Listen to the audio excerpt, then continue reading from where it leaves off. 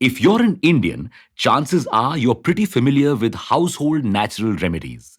Have a cold? Drink hot tea with ginger and honey. Have pimples? Put chickpea flour and curd. Want to boost your immunity? Have tulsi and turmeric. There are hundreds and thousands of such home remedies that have helped Indians heal throughout the ages. So, it is no surprise that the nutraceuticals market has flourished in the country. Welcome back to Revolution Read On, a daily podcast where we break down one story from the world of business and finance. Click on the subscribe button to never miss an update from us. Here's your story for today. Nutraceuticals are any food items that provide you health or medical benefits, which for us in India is half the items in our kitchens. But sometimes just having ginger honey tea is not enough to boost your immunity. You need something a little stronger. Here's where over the counter nutraceuticals come in. They offer the same benefits as the herbs or vitamins, but in a more concentrated and targeted way. And it's not a recent trend. Companies like Dabur and Himalaya have been selling products with neem, chandan, amla, and tulsi since the 1880s. But these products gained much more popularity with the launch of Patanjali in 2006. You see, Ramdev Baba had become synonymous with health for so many that his brand quickly gained traction. However, even Ramdev Baba could not put nutraceuticals on the chart the way the pandemic could. Preventive medicines and immunity boosters were now the go to mantra. Plus, our fast paced life now also means that we don't often get proper nutrition. Most people are so tired by the end of the day that they usually rely on fast food or order in. Nutraceuticals provided a quick and easy solution for all these problems. The Indian nutraceutical market is set to grow to be worth 25 billion US dollars in the next decade. And this growth is not just restricted to India. The world is adopting nutraceuticals. The global nutraceutical industry was worth 382 billion US dollars in 2019 and is expected to be worth 755 billion US dollars by 2024. Impressed already?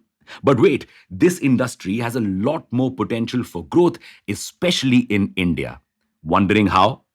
India is one of the top three suppliers of medicinal plants and herbs across the world. And with the Western world embracing nutraceuticals and adaptogens, which are herbal supplements that help the body adapt to stress, India can make a fortune in exports. Already, Indian companies export nutraceuticals worth 3,000 crore rupees, and this number is set to grow to 10 to 12 crore rupees per year in the next 5 years. Further developments in this area can help India become a world leader in nutraceuticals. For instance, we could adopt more scientific methods of farming to increase the yield of our crops. Also, there are a lot of nutraceutical products that are not native to India.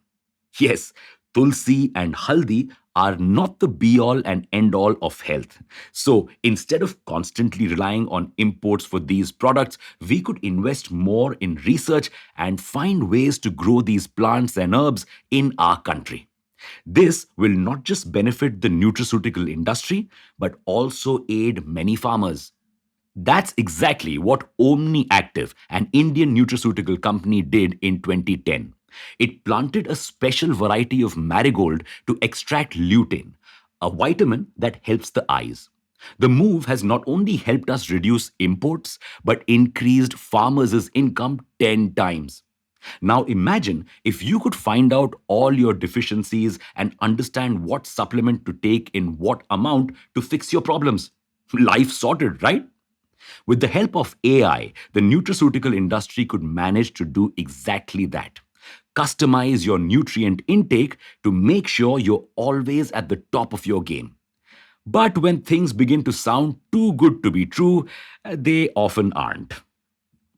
One of the major problems facing the industry is the lack of regulation. Sure, the Indian government has rules to monitor the industry, but still, fake nutraceutical products are running rampant in the market. According to a study, around 60 to 70% of dietary supplements in the Indian markets are fake. Not only is this immensely bad for our health, but it also reduces people's trust in the industry. So, the Indian government needs to develop stricter rules to monitor the industry. Plus, if we want our products to be sold overseas, we need to make sure they pass international health standards.